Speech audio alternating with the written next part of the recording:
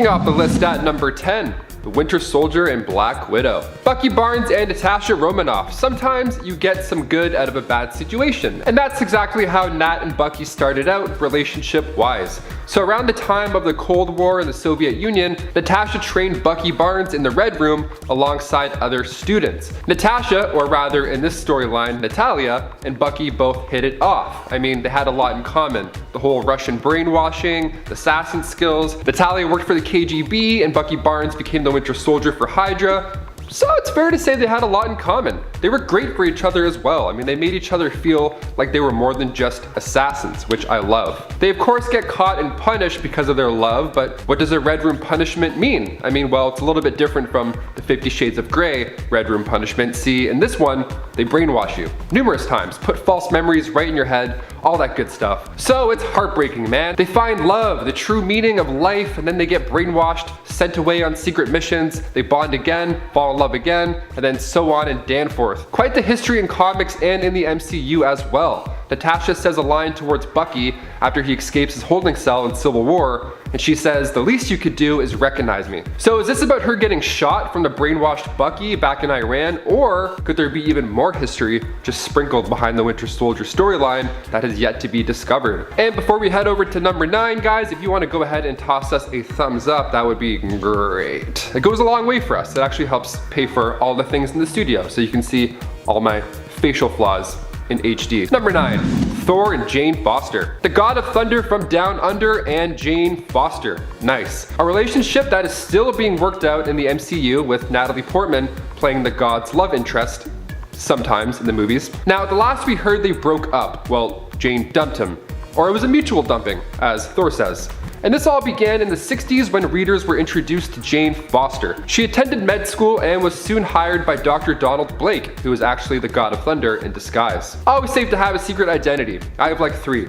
I'll never tell. They're the king and queen of long distance. I mean, holy shit. One lives on Earth and the other lives on Asgard. They're totally devoted for each other, and at one point, Jane actually takes over and becomes the God of Thunder, while Thor was unworthy of wielding Mjolnir. And in recent comics, she's now Valkyrie. She's awesome. But her time as Thor was pretty exciting. The only catch was that her cancer would worsen every time she used the godly powers to save the day. So Jane ended up fighting until her last days, where she passed away in his arms. Now, Natalie Portman is returning in Thor Love and Thunder and will wield the hammer. That's confirmed. Let's just hope that she doesn't have to deal with any life-altering side effects like, I don't know, cancer? Number 8, Bruce Banner and Betty Ross. He's a scientist who turns into a green rage monster, and she's the daughter of an Air Force General, Thaddeus Ross. So Betty lost her mother at a young age, and her father didn't want her hanging around military bases, of course believing it's no place for a young girl. So she went off to boarding school. And when she came back, she was introduced to Dr. Bruce Banner, the scientist who was behind the Gamma Bomb project. Thaddeus wasn't already a fan of Bruce. He thought he was like a physical and emotional weakling, which is just a great thing to think of someone. And then when Betty and Bruce started falling in love, that feeling intensified. So after the whole Gamma incident, that changed Bruce into a part-time Hulk. They didn't have an easy go. The only way Thaddeus approved of their relationship was if he got a handle on becoming the Hulk, so he doesn't Hulk smash his daughter, right? I mean, that's fair, that's totally fair. He's looking out for his daughter, she doesn't have a mother, cool. So when Bruce was able to keep the brains while becoming a beast, Thaddeus figured the threatening aspect is no longer a worry. Cut to their wedding day. Right before they're about to be pronounced husband and wife, Bruce is attacked by the leader in the form of radiation. Not a great leader. And things got ugly, wedding ruined, just like that. So they went separate ways for a bit until Bruce returned to the Gamma base to successfully separate the Hulk and Bruce. Then Betty left her other boo, Ramon, and then the two got back together.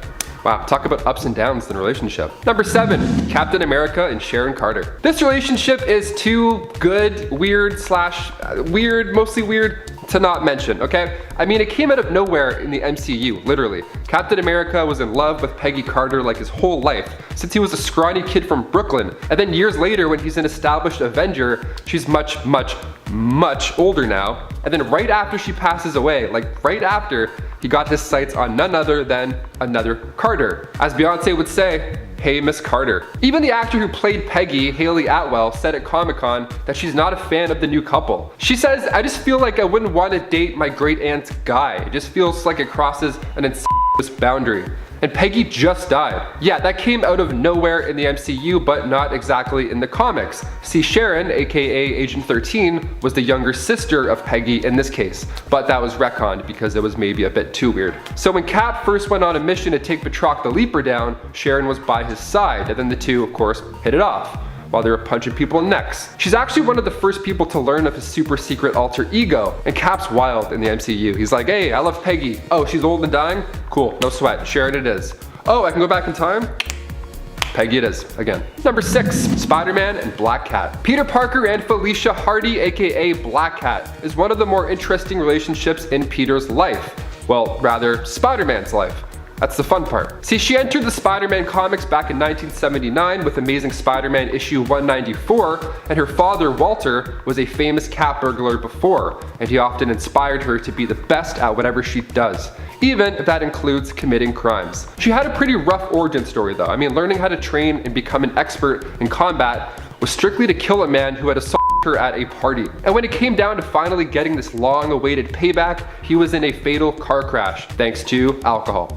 Don't drink and drive. So she has these skills now and nothing or nobody to tackle them with. So she took a page out of her father's book, donned a cool suit, and became Black Cat. Shortly after, she met Spider-Man, both in costume. And she fell for him. She could tell that he was a kind soul underneath the mask and trusted him. And that trust quickly evolved to lust and then, of course, to love. Eventually, Peter revealed his true self and she had a tough time accepting the fact that he was just an average kid. Their relationship is enjoyable and different because it's all about the super life in this case. It's not so much about Peter being there as a boyfriend, like, hey, when you're gonna be home? It's like, hey, when you're gonna meet me on top of this building, we're gonna go break some necks. The Spider-Man PS4 game nails that love triangle, so if you haven't played that yet, what are you waiting for? You must. Number 5, Kitty Pryde and Colossus. Age is just a number, right? I mean, you know, you can be 26 and you can date somebody who's 30. It's fine, it doesn't matter anymore after a certain age, right? You get older, it doesn't matter. So Kitty Pryde met Colossus when she just joined the school for gifted youngsters and quickly had a little crush on the Tin Man. The two shared kisses and tails and became pretty close over time. But he played hard to get at first, you know, kind of pushing her back, you know, I get it. Kitty wanted to go all the way, you know, home base, but he suggested that they wait until she's older.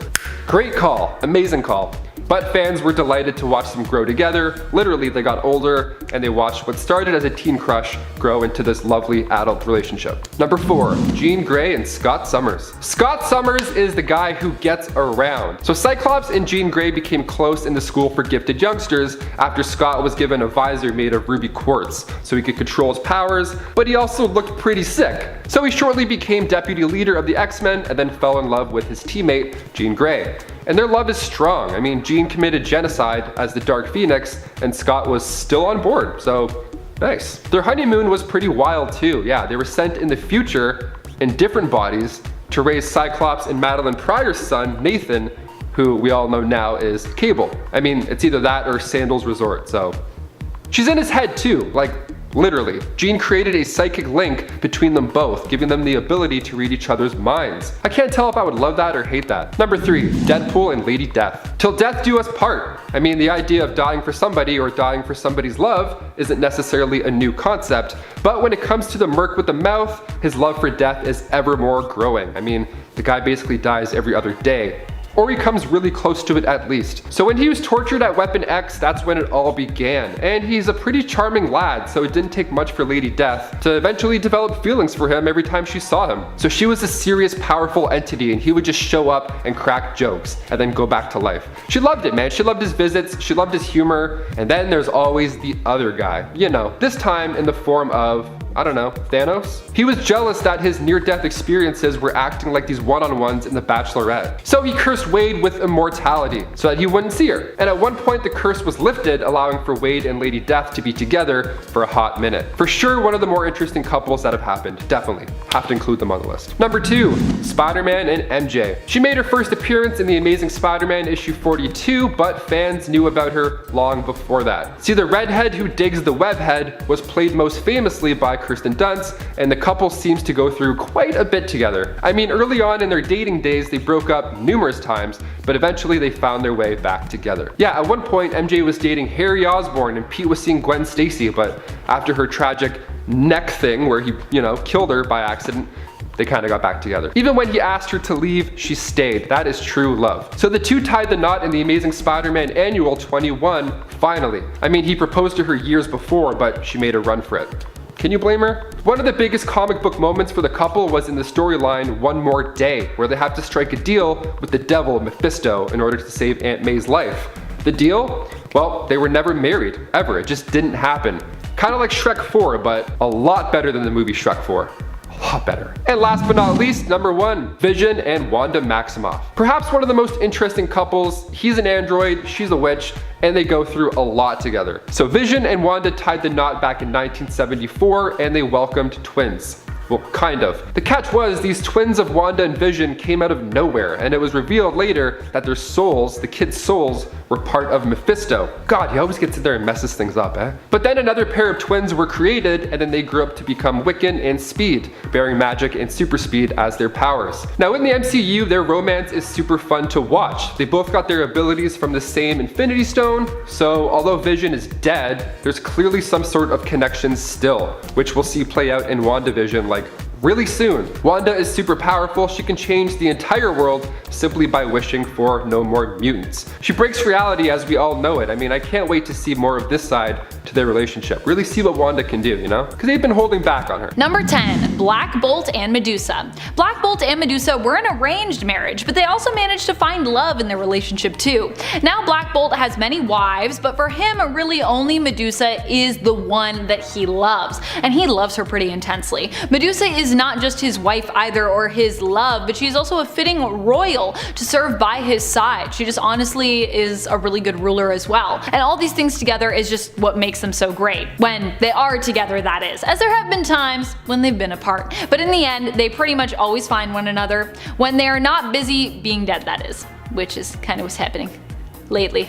But before we dive in, a word from this video's sponsor, Raid Shadow Legends. Did you ever think it would be possible to find a game that was fast-paced with amazing graphics and a compelling story, but that also fit in your pocket? I didn't until I played Raid Shadow Legends. This game not only has over 500 different champions for you to discover, but also boasts of various different artifacts and skill trees for you to customize your roster with. With so many different champions for you to mix and match as you create your own epic team, this game provides an endless amount of strategies for you to try out. Use our link in the video description below to download Raid yourself to your mobile phone or PC while I tell you more. I love the look of this game. These graphics honestly just blow my mind. And this month, Raid has got their biggest ever update. The main event is already here, the Doom Tower. It's a giant tower with 120 floors, a bunch of secret challenge rooms, and 12 seriously badass bosses for you to take on. There has never been a better time to start playing, and to help get everyone started in the tower,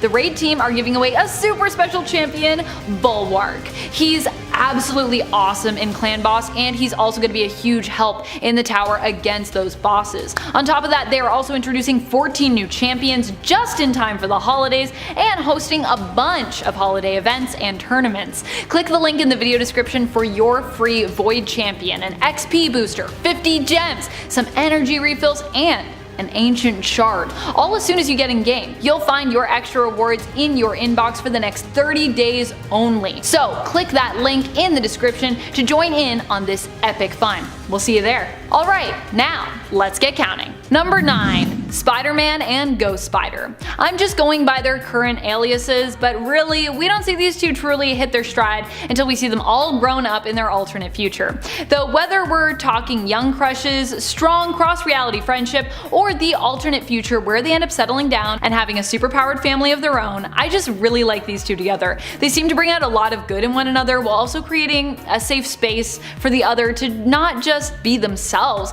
but feel completely at home while doing so. They both understand what it's like to be the spider person, the hero of their alternate universe, because they both have been that. They both know that pressure and that rush. They might not be ready to tie the knot or continue their romantic relationship just yet in current continuity, but I think we all hope that eventually these two will get there, because they're just pretty cute together. Number 8. Proxima Midnight and Corvus Glaive. If the MCU was your introduction to Thanos' Black Order, then you might not know that these two are together. In fact, they're married. There were little hints sprinkled throughout, but there was nothing explicitly said in the MCU. However, in the comics, yes, these two are married. You might be surprised that I'm even including villains on this list, but hey, this is just a list for Marvel power couples. We didn't say anything about what their alignment had to be. Proxima and Corvus to me are so great together because they are both pretty supportive of one another's goals and their allegiance to Thanos when it's convenient, but through it all they actually still stand by one another. Unless of course Thanos, or anyone else for that matter, kills Corvus, then Proxima kinda does whatever she thinks is best for herself, which has even meant continuing to serve Thanos after he killed her husband. Yeah, not a great look. In the MCU we saw this relationship manifested in little moments, like right before the snap that vanquishes Thanos and his army, you can see, if you watch closely, Proxima with Corvus Glaive corpses in her lap in the background mourning his death, which happened in combat, before she's just snapped out of existence. You gotta look for it, but it's there. Number 7. Captain Marvel and War Machine. One of my favorite relationships in the comics is the adorable one between Captain Marvel, Carol Danvers, and War Machine, James Rhodes, aka Rhodey. These two both have a seriousness to them and a strict sense of responsibility, both having a background with the military. Both are even pilots. Their relationship might not be as long lasting as some of the others on this list, but it just weirdly seemed to fit really well, even though at a glance they might each not be the partner you'd think of for the other. Rhodey's apparent death was so intense for Carol that it was even the catalyst for Civil War II between Iron Man and Captain Marvel. I mean, they basically just needed a reason for Carol to do everything that she did in that story arc, cause it was all pretty wild, and she was definitely more in the wrong in that story, I'd say, in comparison to Tony Stark. But the crazy thing is, it was a good catalyst because her and Rhodey were actually a pretty great couple. Although when it comes to these two, it's likely they'll always have at least some distance between them, as Carol is always a big fan of space. Number 6. Angela and Sarah. You might know Angela from the beautiful series 1602 Witch Hunter Angela, but she actually has surfaced in multiple series besides, and there also are multiple versions of her character. For the purpose of this list though, we're talking about the version of Angela from Witch Hunter and from the series Angela Asgard's Assassin and Angela Queen of Hell as well, where we also learned that Angela was Loki and Thor's long lost sister. But what we're really here to talk about is not her history, but her relationship with Sarah. Their relationship is likely the first main character trans romance that we've seen, as Sarah was assigned the male gender at birth but was actually born a woman. Sarah helped Angela, and in exchange Angela helped Sarah escape a strict religious order who would not let her be. Sarah then was able to live as a woman after that with Angela, and the two fell in love. There is nothing these two wouldn't do for each other. Angela even journeyed to hell for Sarah, literally looking for any way to save her love. Aww. Number 5. Hulkling and Wiccan. Not even a massive intergalactic war could tear these two apart. Hulkling and Wiccan are both members of the Young Avengers who dated and were engaged for quite a while in the comics before finally tying the knot. Previous to, but revealed in Marvel's massive crossover event, Empire. These two are the actual cutest together, and no matter what, find a way to stand by one another through some of the hardest times, including when Billy was dealing with some intense depression following the disbanding of the Young Avengers team. Billy Kaplan, aka Wiccan, was struggling with his place in life, and not only was Teddy there, leaving the door open and giving space for Billy to talk to him about it, but at one point Hulkling even sees how much Billy is struggling and gives him that loving push to actually just reach out for that support system and face his depression, bringing them even closer together when Billy realizes that Teddy has committed to never leave him, no matter what. Till death do us part, he says, and this remains true throughout their relationship. Number 4. Gambit and Rogue. I mean, Gambit and Rogue are just one of the hottest couples out there, so you know I had to include them for that alone. But aside from them both being a couple of hotties, they are also one of the sweetest couples out there who have been to hell and back and still managed to make it work. Their relationship has been very tumultuous, but after all the trauma, they finally managed to get married. Now they are both in Dawn of X and were even considering starting a family together before Rogue ended up in a classic comatose-like state near the beginning of the newest Excalibur series. Classic Rogue, just saying, just classic. I love these two together because they embody truly that feeling of desire. They both want to be together so much, but for most of their relationship have been unable to be as close as they desire. And it's what makes their relationship both so sexy and so interesting to read about. Aside from that, they are both two super powerful X-Men, with Gambit's powers often being underrated in comparison to the rest of the team, in my opinion. I also just love how random their marriage was when they like basically hijacked Colossus and Kitty's supposed to be wedding that didn't end up happening. They were like, we're not getting married, and they were like, well, we're gonna get married, boom. And everyone was like, what? Okay, cool.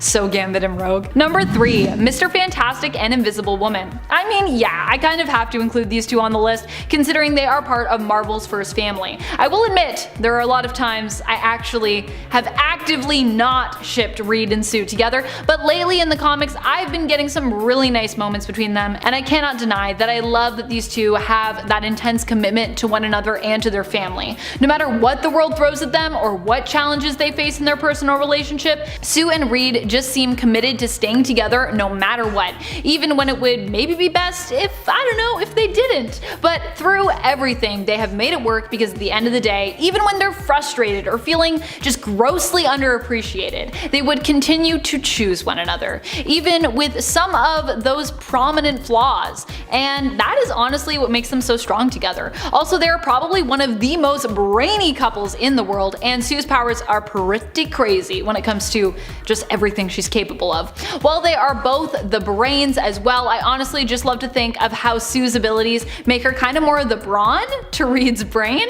It's cute. Number 2, Storm and Black Panther. These two have a love that is currently so tragic, but still so true. I don't think these two will ever stop loving one another, no matter their allegiance or what happens between them. Most recently, we saw these two revisit their feelings for one another in issue 13 of Marauders, when Storm was forced to steal the Skybreaker blade from Wakanda, her destined blade for her as competing champion in the Otherworld tournament during the Ten of Swords event. The truth is that Aurora and T'Challa first fell in love when they were young and found their way back to one another. Aurora was T'Challa's queen for a time, and the two were driven apart during Avengers vs. X-Men. In the end, Storm felt her place was with mutant kind, while T'Challa felt that both of them owed their allegiance to Wakanda first. It's this conflict lately that has often divided them, but has never kept them from truly loving one another.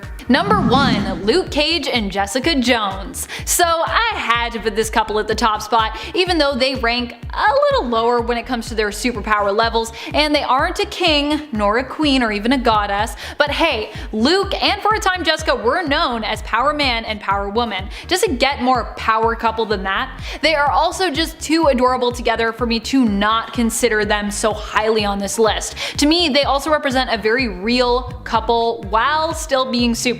Just two people who started with mutual respect for one another as heroes, and then had this physical attraction that they both realized meant more to them when Jessica approached Luke to reveal to him that she was pregnant. The best part is that before Jessica was even able to reveal that to Luke, he confessed that he had feelings for her, making their next step together after the reveal even more perfect. And they both agreed to start a family together. Luke proposed to Jessica, but it wasn't until a week after their baby was born that Jessica actually agreed. They are both not just super strong and tough as individuals, but both make each other stronger too, which is why I really love these two together. Just relationship goals. And at number 10, Harley Quinn and Nightwing.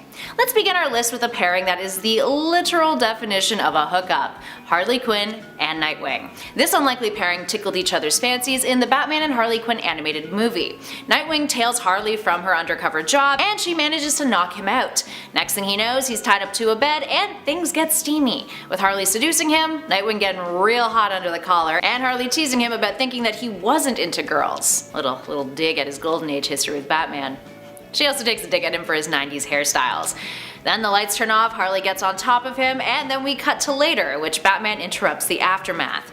Needless to say, it is definitely a scene you want to check out. And at number 9, Jean Grey and Pyro. Sort of.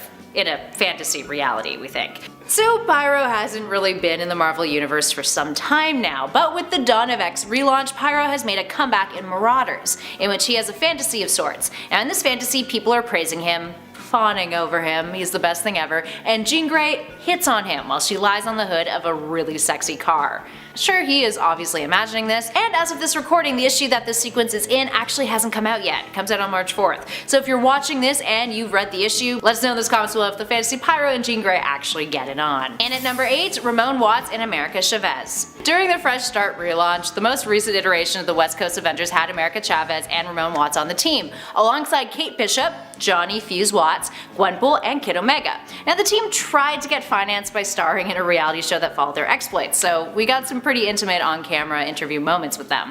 Ramon, aka Alloy, started dating America before her powers became apparent, and when the couple were captured and put in harm's way, Ramon's mutant ability came to light. She's been permanently merged to vibranium, coating her body in an impenetrable vibranium suit that she can manipulate and control, similar to how the Venom symbiote can extend and form weapons. Anyway, these two were a totally adorable couple in a series that had some really wonderful, hilarious moments, and we miss it. Get to see them on dates, being real cute and stuff, and yeah, it's a good time. Next, number 7, Mystique and Destiny. I feel like I'm really leaning into the gay on this list. It's a good thing. While Mystique and Destiny's relationship is nothing new, recent news out of X-Men issue 6 gave us confirmation on something that fans have long suspected. Spoilers for this number, by the way, since that issue is pretty brand spanking new as of the time of this recording. While the relationship between Mystique and Irene Adler has long been brushed over, the issue confirms that the two were in fact married. In the current X-Men story arc, Xavier and Magneto continue to hold Irene's resurrection over Mystique's head, using her one true love as a way to bribe her allegiance to them. And in the issue, Mystique, pissed off at them, rightfully so, flat out shouts, "I want my wife back." Now, it's the first time we've ever heard their marriage be acknowledged. At the time of their relationship's inception, Chris Claremont had to fight against Marvel editors and the still somewhat prevalent Comics Code Authority about having an LGBTQ romance depicted. We hadn't even seen the two kiss until 2019's History of the Marvel Universe issue 2. Irene died in Uncanny X-Men issue 255, knowing what was going to happen but wanted to save Raven, meaning at some point these two were married off-panel at some point prior to that. Moving on to number 6, Peter Parker and MJ in the MCU. Next up we have a couple from the Marvel Cinematic Universe, one that comic book fans have long been familiar with, except the MCU version is quite different than the Peter Parker and Mary Jane Watson that we know from the comics. Now, in the recent Spider-Man Far From Home film, the second in Spidey's series from Disney and Marvel Studios, one of the many outcomes of the movie's conclusion includes Peter and MJ, which stands for Michelle Jones in this universe, admitting their mutual feelings for one another. It's adorable. And the big post-credit sequence involves them going on a really cute date where Peter swings with her through the New York City skyline. All before his identity is then cruelly revealed by J. Jonah Jameson, that is. Regardless, we're excited to finally have a couple in the MCU that we actually want to root for. Sorry, you all know that Bruce and Natasha were never gonna work, it was way too forced. And at number 5, Joker and Punchline. Okay, sure, our title is the newest superhero hookups, but let's make an exception for a very popular supervillain, one who has been single for quite a little while now while his ex has been making leaps and bounds. We're talking about the Joker and his new beau Punchline. Punchline is very different than Harley Quinn. She's cold, calculated, quite silent, and also a total sadist. The Joker considers her the funniest person that he's ever met in his life.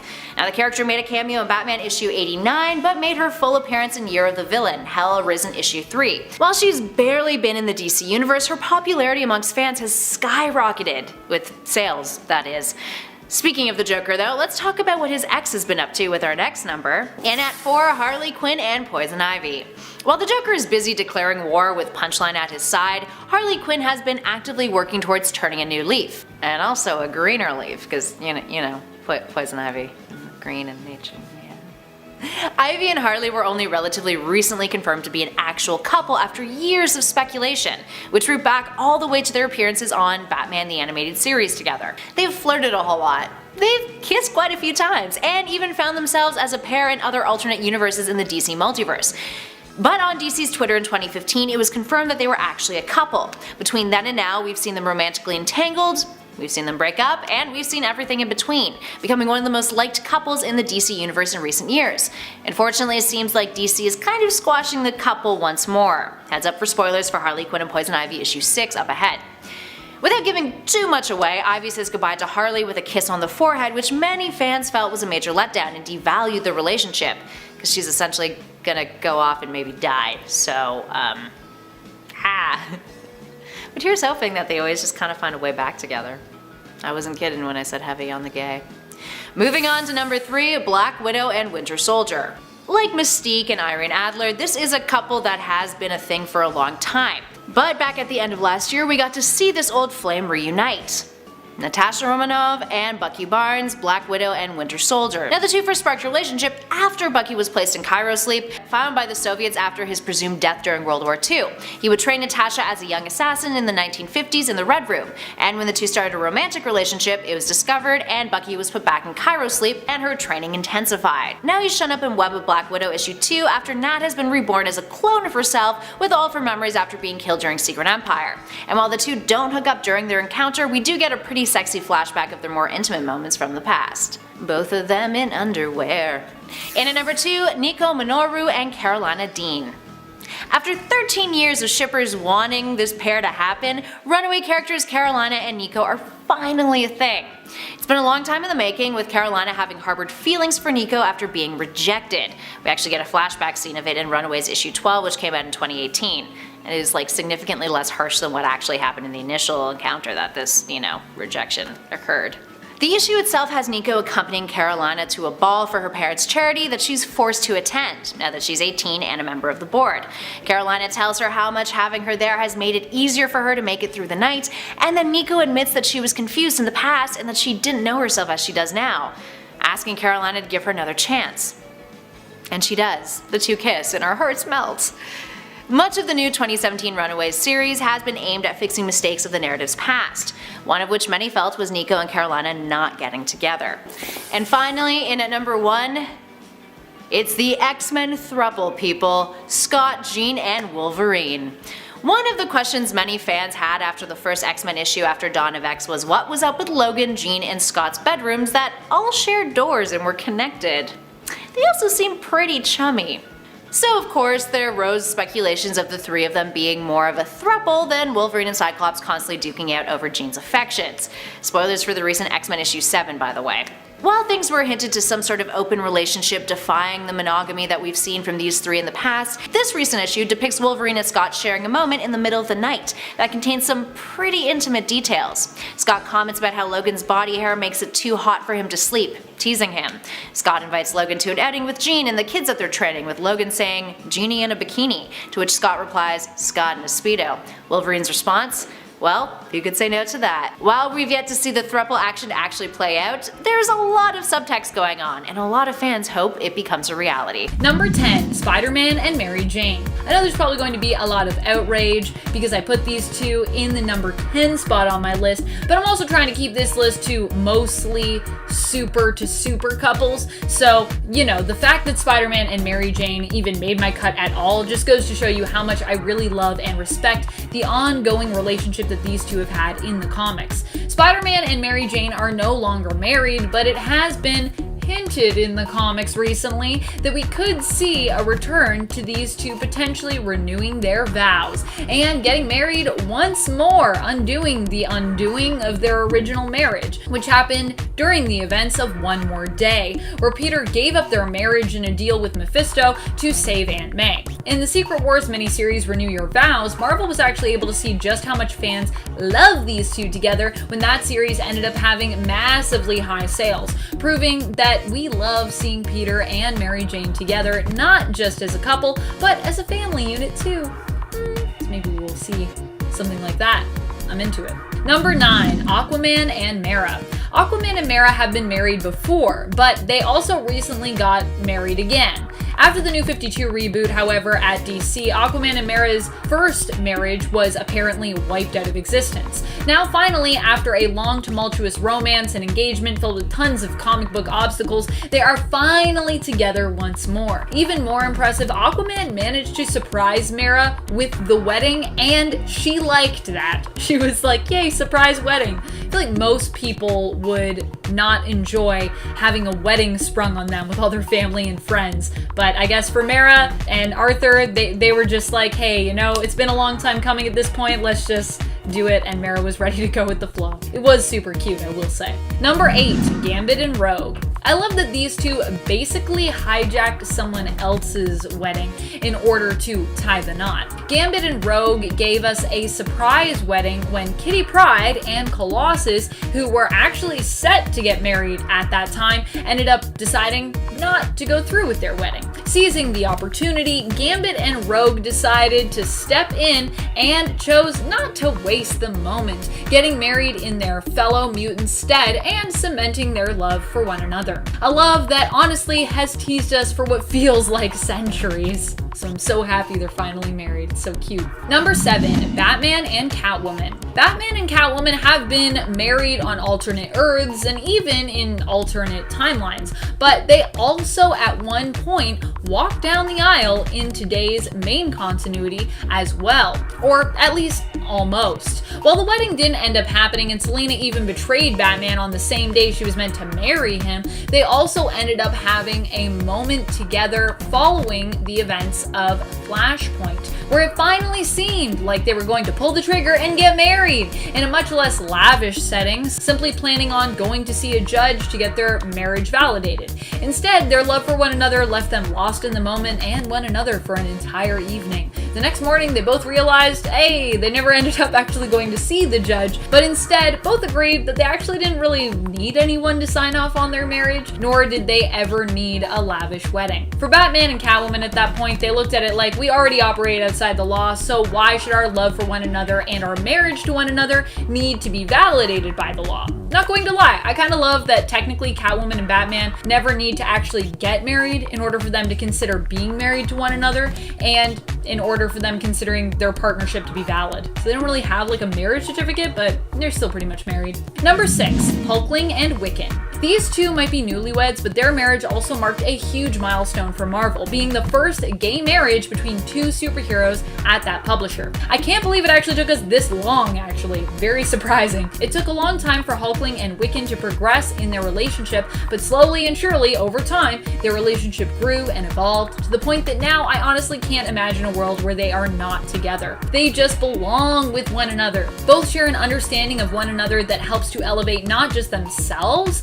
but their partner. They are strong apart, but honestly, they're even stronger together. And even a massive intergalactic war could not separate these two. Number 5, Midnighter and Apollo. These two had a pretty strange and kind of divisive wedding issue when they did get married, but they were also the couple that paved the way for others like Hulkling and Wiccan, and even Northstar and his husband Kyle Jinadu, both married couples from Marvel. Midnighter and Apollo are from Wildstorm, Jim Lee's indie publisher, which would later become a DC imprint, meaning that now Midnighter and Apollo are technically DC heroes, or anti-heroes. Midnighter and Apollo ended up getting married in the early 2000s, and I believe were the first same-sex superhero marriage, not just within DC, but ever in comics. Since New 52, their initial marriage has been undone, but they are still often known for being a couple. So unfair that their marriage has been undone.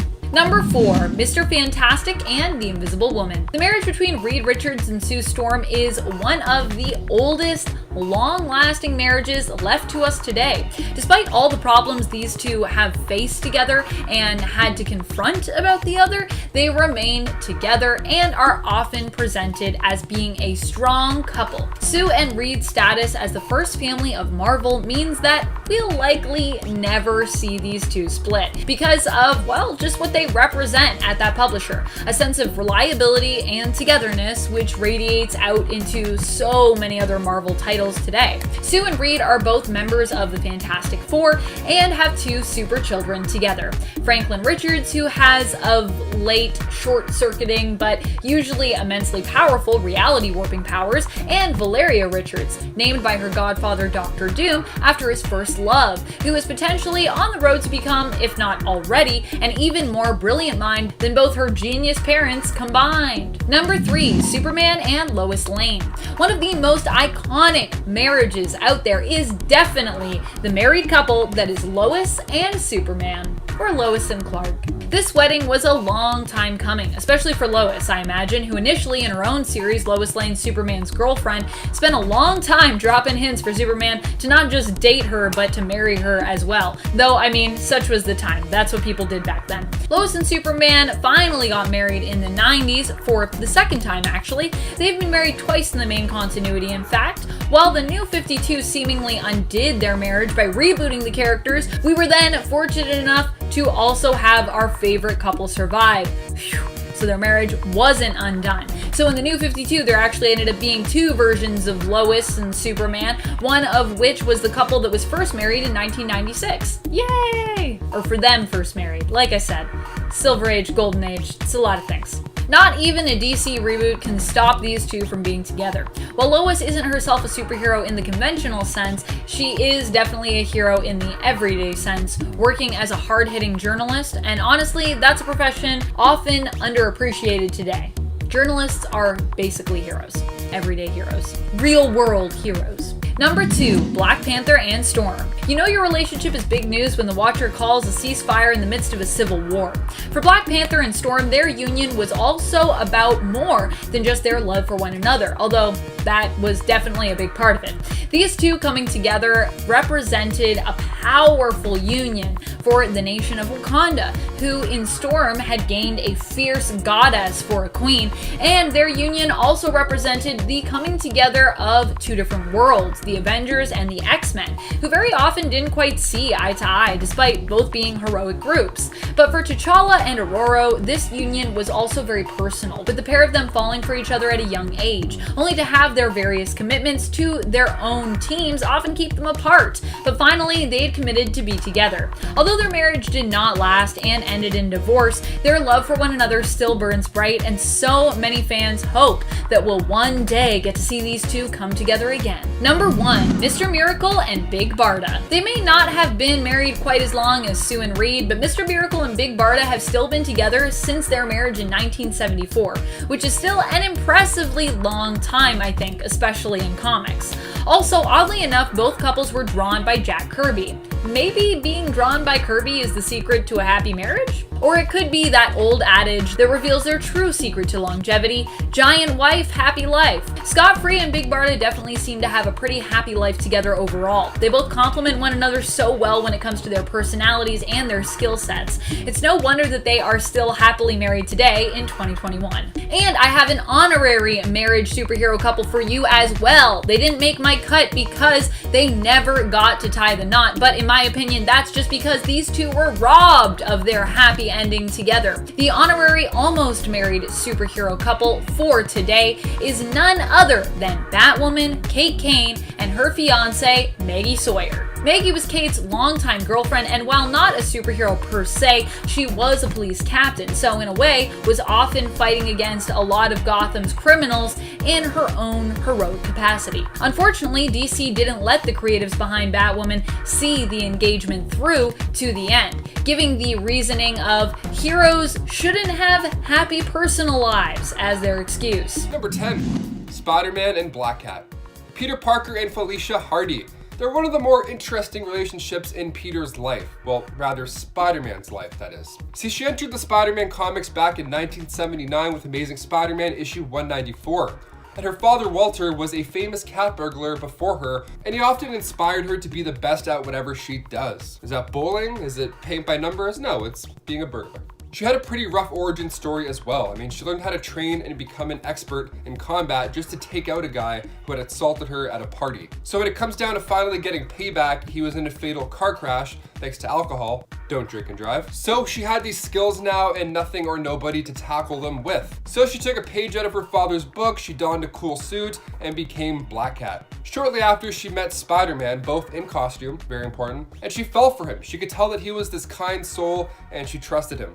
And of course, the superpowers and backflips surely helped. Now that trust quickly evolved to lust and then to love. Eventually, Spider-Man revealed himself, his true self, as Peter Parker, and she had a pretty tough time accepting the fact that he was just this average kid. So their relationship is enjoyable and different because it's all about the super life. It's not so much about Peter being there as a boyfriend or what he is as a person at home. She just wanted to work with a partner on the streets. And tights, they wouldn't hurt as well. Everyone loves tights. The Spider-Man PS4 game nails that love triangle. If you haven't played that already, you have to check it out. And before we head over to number 9, if you guys could go ahead and give us a thumbs up on this video, those likes really do wonders for this channel. You guys are the best. Thank you so much for watching. Now back to more super lovers. Number 9, Green Lantern and Star Sapphire. One of the most powerful couples in the DC universe, Hal Jordan and Carol Ferris. They're one of those couples that's off and on again, but I mean the ones worth fighting for usually end up being the ones that are worth it, or something Nice like that. So Carol owned the Ferris Aircraft Company and then had found herself attracted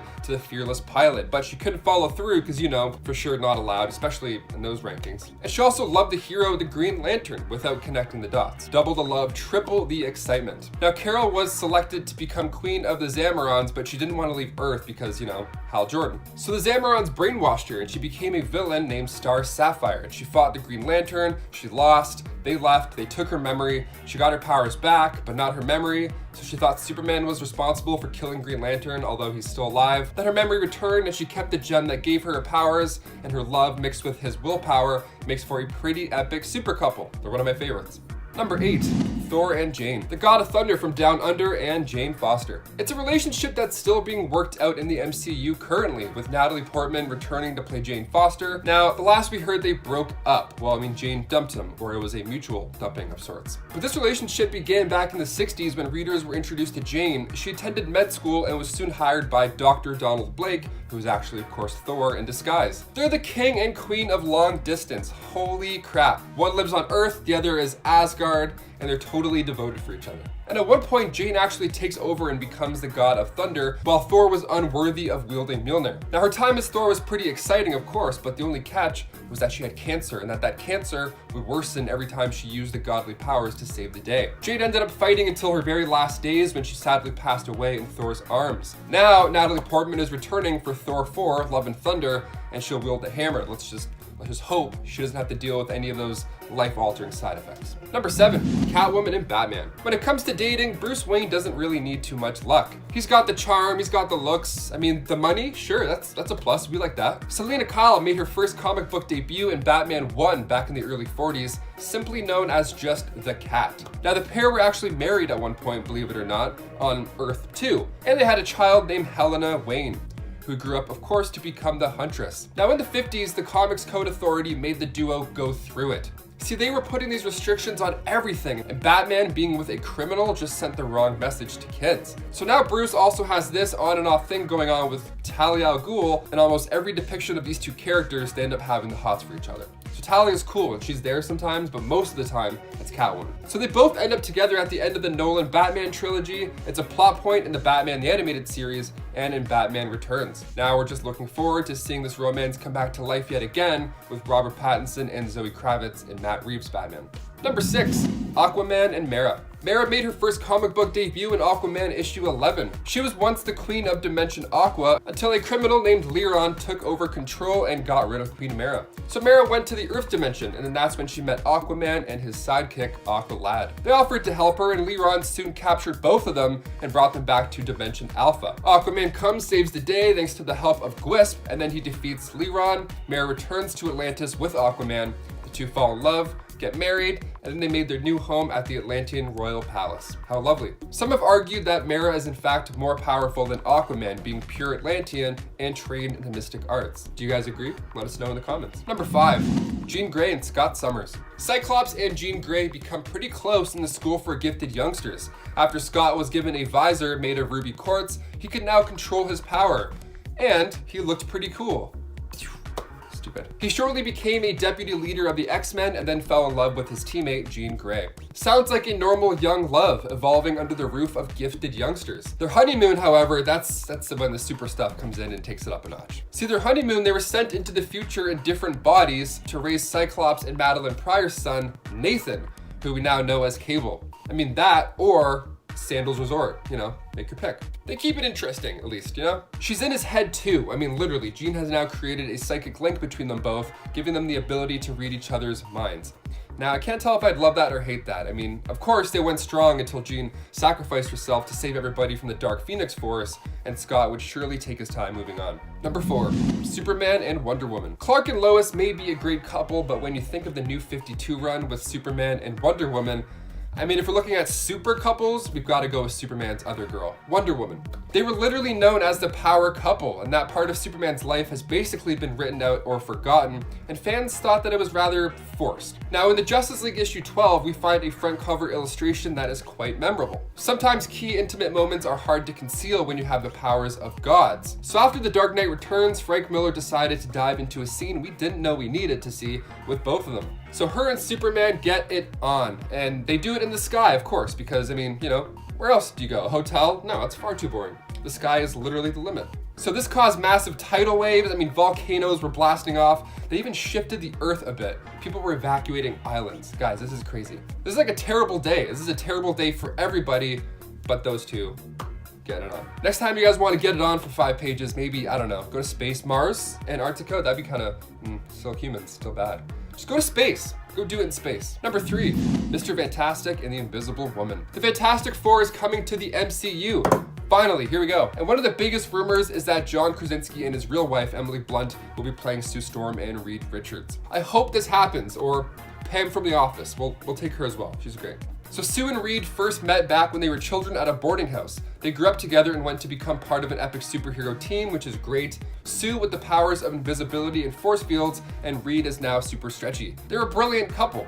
Like education-wise, they're literally brilliant. Reed's a genius, and in the early days, he wasn't too nice to Sue, but the writing fortunately changed, or at least he'd gotten better. Sue often has to get Reed out of trouble, but he's got the brains. He likes to make all their gear, and on top of that, they also have some pretty super kids at one point. Franklin and Valeria Richards, whose powers are even more impressive than that of their parents. Number 2, Vision and Scarlet Witch. Guys, spoilers coming in hot for WandaVision. If you're not caught up, skip this one. Perhaps one of the more interesting couples. He's an android and she's a witch. And they go through quite a lot together.